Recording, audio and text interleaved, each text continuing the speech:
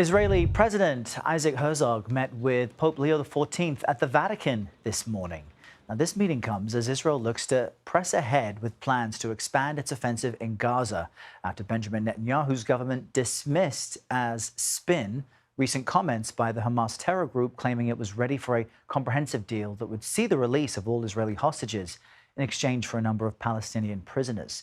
So let's check now on that situation in the Middle East with CBS News contributor Robert Berger. He's in Jerusalem. Robert, good morning to you. So help us understand the latest on the ground offensive, the expanded ground offensive, and the situation inside Gaza City. I understand some groups have qualified it as what Israel is doing as genocide even. Well, Israel is tightening the noose around Gaza City in this major operation, and it's going pretty slowly. They've taken the outskirts of the city, 60,000 reservists being called up, many of whom started reporting this week.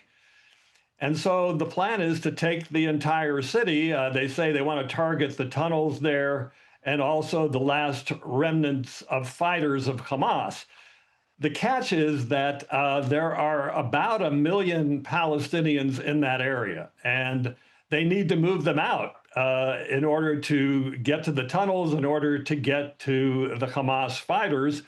And that's going really slowly because a lot of the Palestinians, perhaps most, don't want to leave. So far, 80,000 only out of 1 million have left, and the army is trying to force them out. But they say there's no place to go. They're worried about, they've already been displaced before, and now they fear that moving further south, they may not be able to get tents, they may not be able to get water. But Israel is moving ahead gradually with this offensive, which they say the aim is to defeat and destroy Hamas.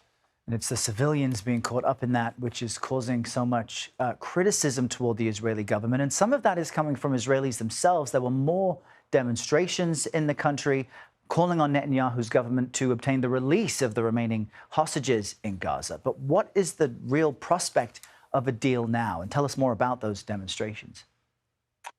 A lot of big demonstrations here in Jerusalem last night, which is a little bit of a change in tactics. Most of the major demonstrations have been taking place in Tel Aviv at a place called Hostage Square and around the defense ministry there. But they moved it up to Jerusalem last night and targeting the home of Prime Minister Netanyahu and some other ministers, saying they want the government to make a deal with Hamas to bring their loved ones home. We're talking about 20 living hostages and 48 altogether, including the bodies of dead hostages. They want a deal. They want the government to make a deal with Hamas.